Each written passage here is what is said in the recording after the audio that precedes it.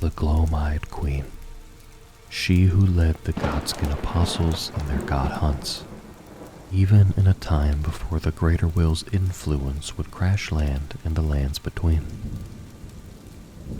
But who was this mysterious and purple-eyed queen?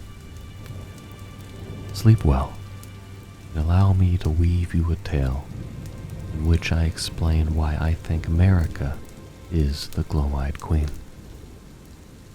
Something that we know for sure about the Gloam-Eyed Queen is that she was the leader of the Godskin Apostles and an Empyrean chosen by the Fingers. And the Gloam-Eyed Queen being an Empyrean is certainly an interesting revelation for several different reasons, including that the Godskin Apostles are almost certainly in opposition to the Greater Will and their Golden Order. And while being an Empyrean isn't something new, according to Gallery, the Empyrean were born during the age of the Elden Ring and Queen Marika, meaning that there aren't likely any Empyreans that we haven't heard of at this point, as their purpose is to succeed Marika and become the new god of the coming age. The Empyreans that we do know of are Ranni, Miquella, Malenia, and Marika. These aren't certainly the only Empyreans to exist, but I think it's more likely than not, considering how rare and important Empyreans are. Why would we not know of each of them at this point in time? But that, of course, isn't enough to proclaim that Marika is the Gloam-Eyed Queen. So let's move on to Malekith, who played a large part in the Gloam-Eyed Queen's story.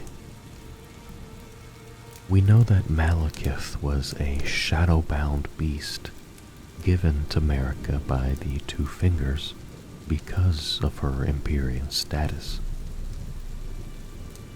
But her sole need of Malekith was to hide destined death away, which is interesting considering that the Gloam-Eyed Queen and the Godskin served destined death.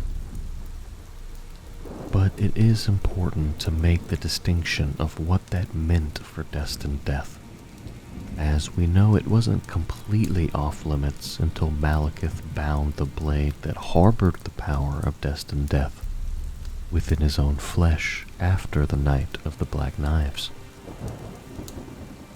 So if Marika is the Gloam-Eyed Queen, having the very destined death that she served under safeguard by her formidable shadow-bound beast wouldn't be a bad deal. She and her kin would have immortality, and she and the Godskin Apostles would always know where destined death was. And we do know that at some point in time, Malekith would defeat the Gloam-Eyed Queen, which seems counterintuitive to the theory that Marika is the Gloam-Eyed Queen, as some believe it was only then that Malekith was able to bind destined death.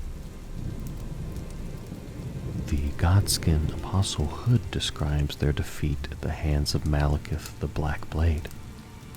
I think it's clear that Malekith obtained the title of the Black Blade once his blade was imbued with death. The blasphemous claw also refers to him as Malekith the Black Blade, the Black Beast of destined death. Despite the red glow that accompanies the black flames of death, which I don't currently have a theory as to why, I think it's easy to correlate death with the color black. So going back to when the Godskin were defeated by Malekith, it's telling of when, as he's described as the Black Blade at that point in time.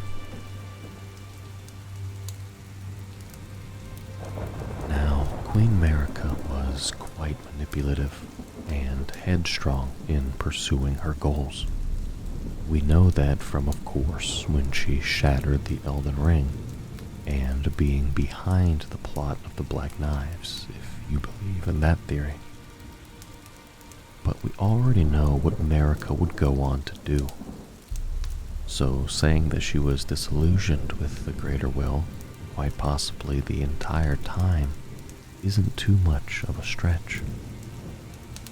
Hiding an identity such as being the Gloam-Eyed Queen isn't out of the realm of possibility. We have to remember that the Gloam-Eyed Queen was in fact chosen by the Two Fingers, the very envoys of the Greater Will. I'm willing to bet that had the Gloam-Eyed Queen not been concealing her real identity, the Two Fingers would have absolutely never chosen her to be the god of their coming age. Why would they? She stood in exact opposition to them, and quite literally wanted to slay gods and wear their skin.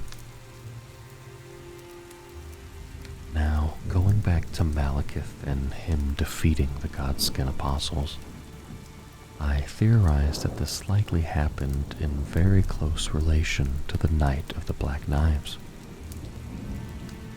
Because upon their defeat, the Godskin had the source of the god-slaying Black Flame power sealed away.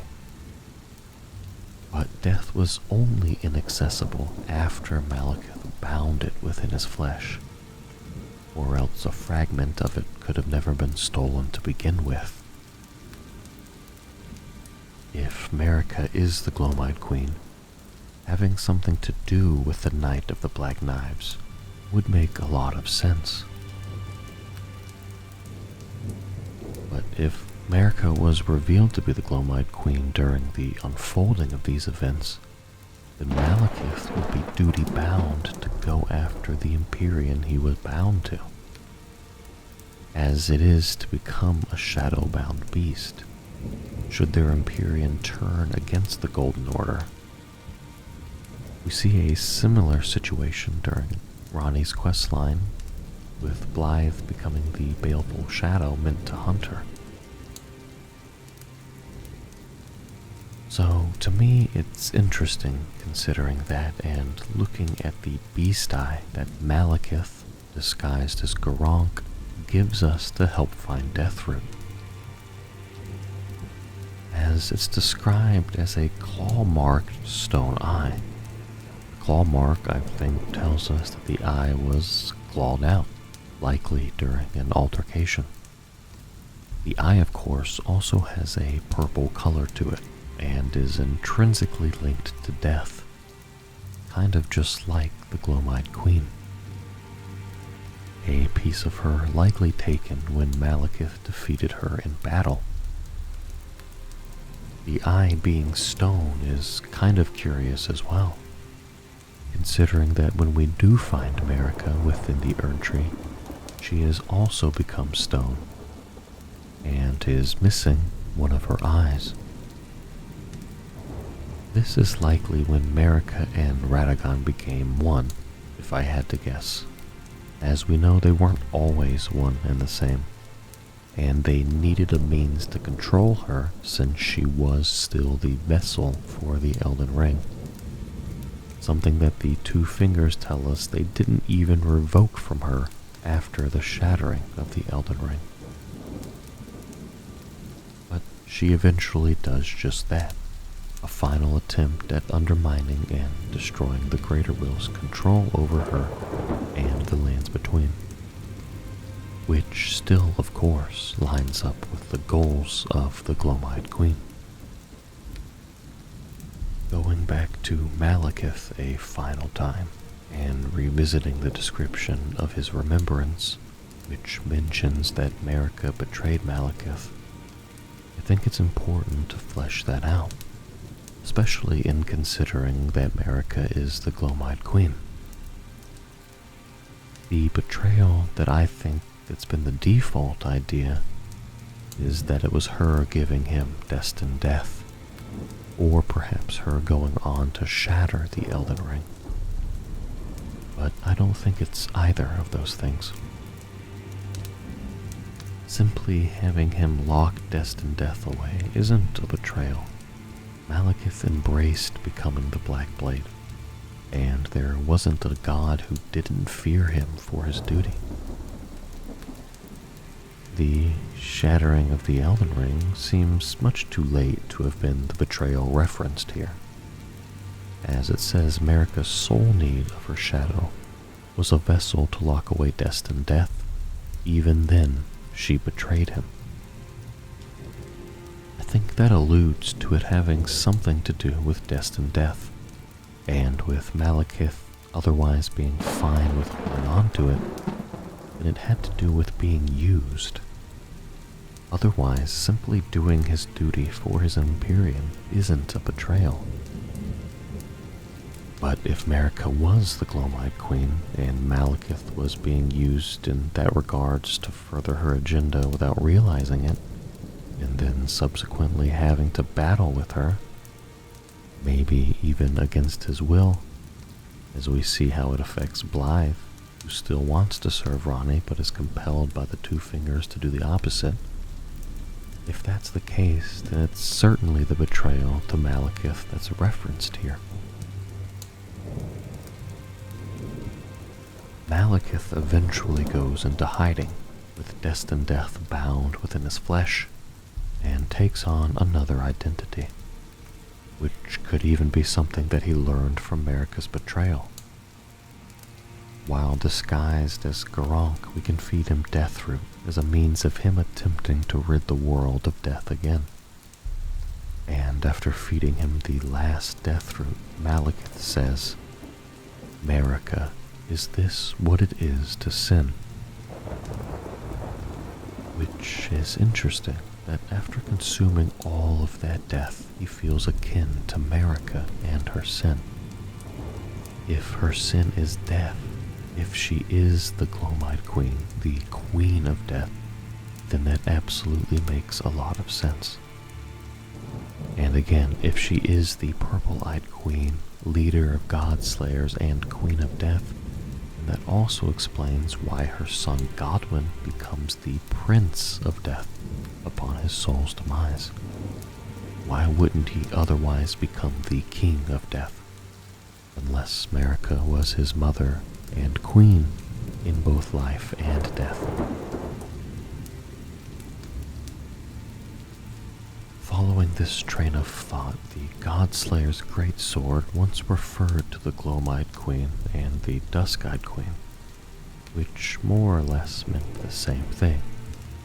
So in that regard, it's interesting to realize that the ending in which we restore the curse mark of death on Godwyn's corpse to give him a second life as the first of the dead and Prince of Death is called the Age of the Duskborn.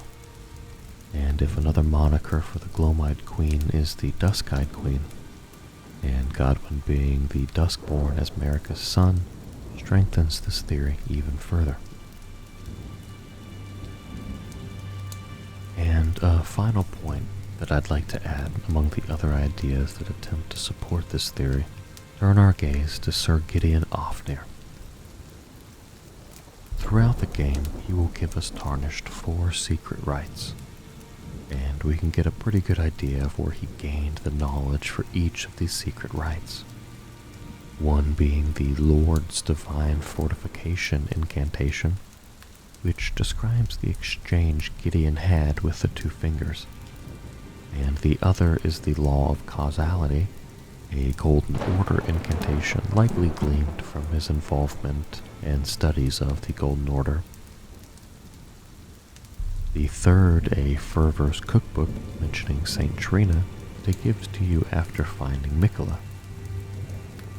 And finally, the fourth secret rite from Gideon is the Black Flame's Protection incantation, which is a Godskin incantation, which made me curious as to where he would glean such knowledge of the Godskin apostles from, as it mentions how the apostles were all embraced by the Gloam-Eyed Queen, and that the black flame was their armor within, which is a pretty obscure piece of information for him to just stumble across. And while pondering how, I read the description for his armor set, which mentions how he shuddered in fear when he glimpsed into the will of Queen Marika. And when considering this theory claiming Marika to be the Gloam-Eyed Queen, Gideon gaining the knowledge of this secret godskin incantation after glimpsing the will of Marika would just be the icing on the cake.